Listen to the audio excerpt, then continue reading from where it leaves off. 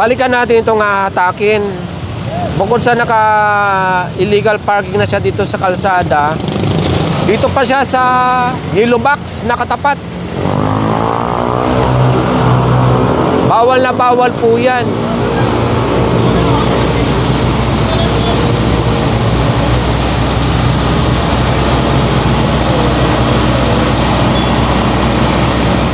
Mahaba itong mga vendors na ito eh. Kaya pinagigibayan dahil yung mga customer, katulad na naabutan natin dito kanina, dito sila nakapark hanggang doon.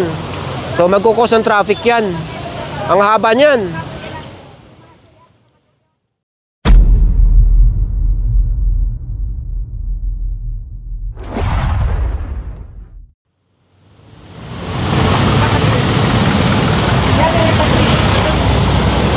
Babante.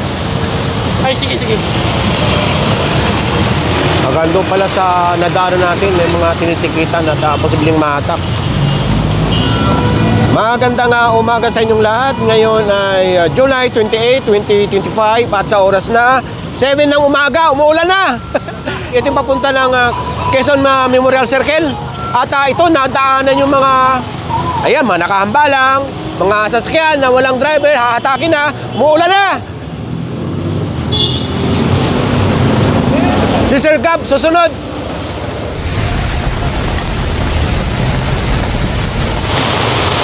May tao? Natutulog? May tao pala, natutulog. So yun, binitawan dahil andyan naman yung may-ari. So paalisin na lang to.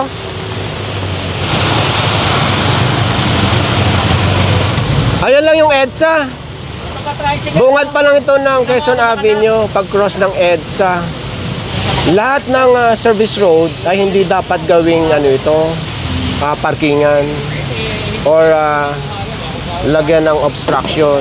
Dahil itong service road ay isang alternate road. Halimbawa matraffic dyan sa Quezon Avenue or sa lahat ng mga kalsada dito sa Calacang, Maynila. Pagka may service road kasi, doon yan magtatapos or magsasanga sa mga intersection.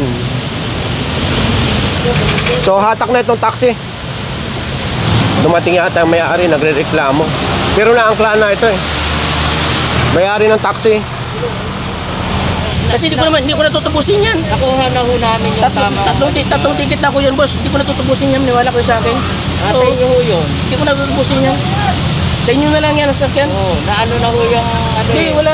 Nakasahan na ho yan eh, lumabas ko kayo. Hindi, boss. Wala pa. Boss, mawak. Kaya naka-video po yan. Mawak kayo, boss. Ticket tayo nung kulikat parking yan. Hindi ko natutubusin kung ano mangyayari dyan. Kasi wala ko pang tinutubos eh.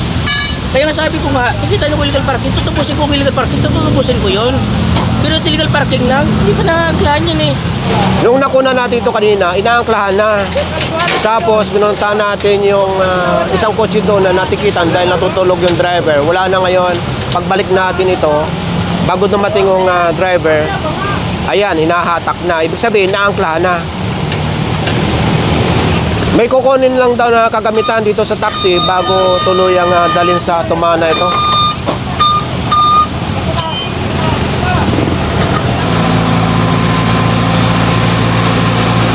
Okay, tara. Nandito na tayo ngayon sa Commonwealth Avenue sa oras na 7:30 ng umaga. Nagkalat ang team. Ang dilim oh. Nandito pa rin tayo sa Commonwealth. Namumugot tangi lang itong isang taxi dito na nakaparada sa sidewalk.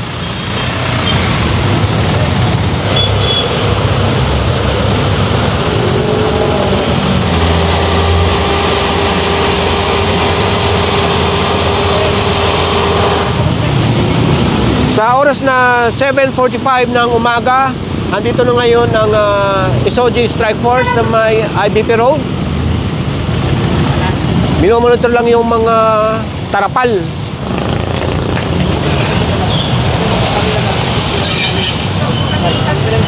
So, ikakarga na ito sa ESCOG or kukumpiskay na. Dahil binabalik-balik lang ito.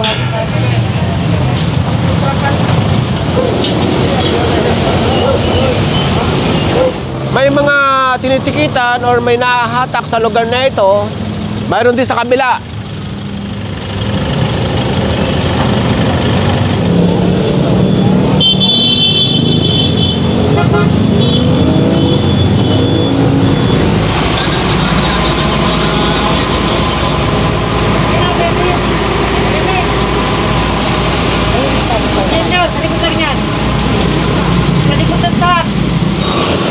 doon sa hinatak na pickup, ito na yon, nilakad lang natin. Meron din dito. Inaantay na lang yung may-ari nito na lumabas. Kanina pa ito eh. So, ito.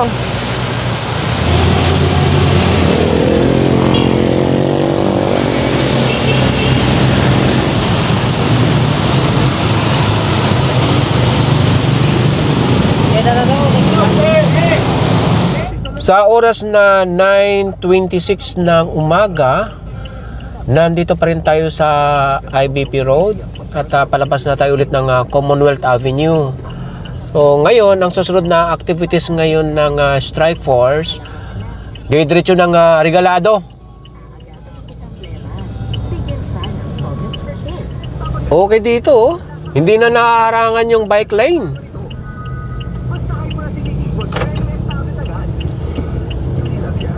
Sa oras na 9:53 ng umaga, nandito na tayo ngayon sa Regalado Avenue. So, bali dalawang Regalado dito ha.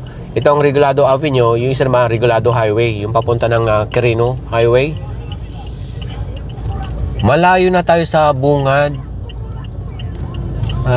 Malaki na yung improvement dito ng mga illegal parking. Dati ang dami nahahatak dito at natitikitan. Ngayon, mangilan-ngilan na lang.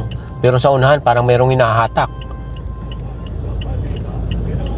Dahil dito noon, 30 minutes lang, ubos na yung tow truck eh. Sa dami ng mga illegal parking dito. O yan, malamang dalawang mahahatak dito.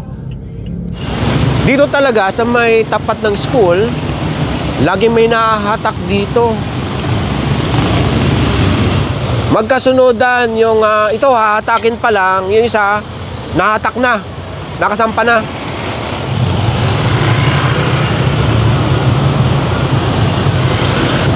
Balikan natin itong hahatakin.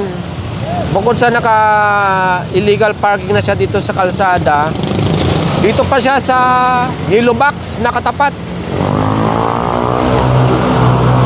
Bawal na bawal po yan.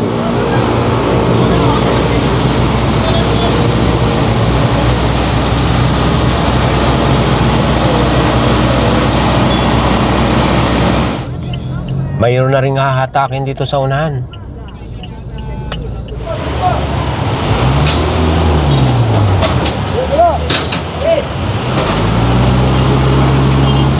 Bukod sa hinahatak na ito, marami pang natitikitan o tinitikitan sa unahan.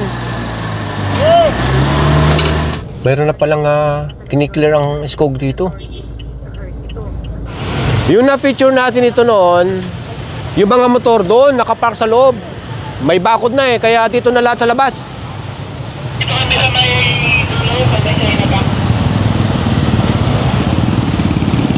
Na-complain na ito noon. Ito yung lugar na i-complain. Yan yung may construction na ginagawa dyan. Maraming natikitan dyan at nahatak. Ito naman, naabutan, nakakumot. Pero andito rin may-ari. Ticket na lang ito, hindi na ito mahahatak. Bukod sa matitikitan mga motorsiklo na ito or posibleng mahatak, itong mga vendors na ito, pinagsabihan na. Regarding naman dito sa mga nakikita natin, mga nakapark dito sa kalsada, bukod sa nahatak na yan, at ito, posibleng mahatak dahil ayan na may permit na pinakita yung may-ari na sasakyan na ito, pero nakapalob sa permit, isang unit lang, yung nagde-deliver ng mga material katulad niyan. Pero yung mga private na katulad nito, hindi kasama. So ito yung matitikitan. So ngayon, itong mga heavy equipment na ito na nakalagay sa permit na pwedeng mag-deliver, ang isa na nakalagay sa permit mula alas 6 ng gabi onward. Ay anong oras ngayon? 10:30 ng umaga, kaya matitikitan lahat ito. So ito pala, babaklasin pala ito ayon sa ESCOG.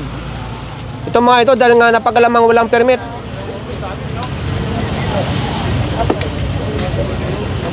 Wala na yung mga truck dito. Ang makikita nyo yung mga tricycle na nag-aakot ng mga gamit paninda. Alis na rin ito. So pag nakaalis itong mga truck na ito, ang laking ginhawa sa daloy ng trapiko. Marami na ito, hindi rin nakalangay sa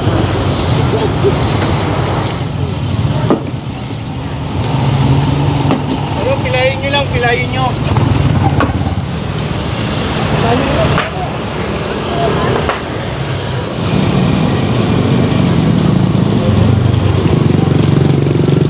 Mahaba itong mga vendors na ito eh. Kaya pinagigibayan dahil yung mga customer, katulad na naabutan natin dito kanina, dito sila nakapark hanggang doon. So magkukos ang traffic yan. Ang haba niyan.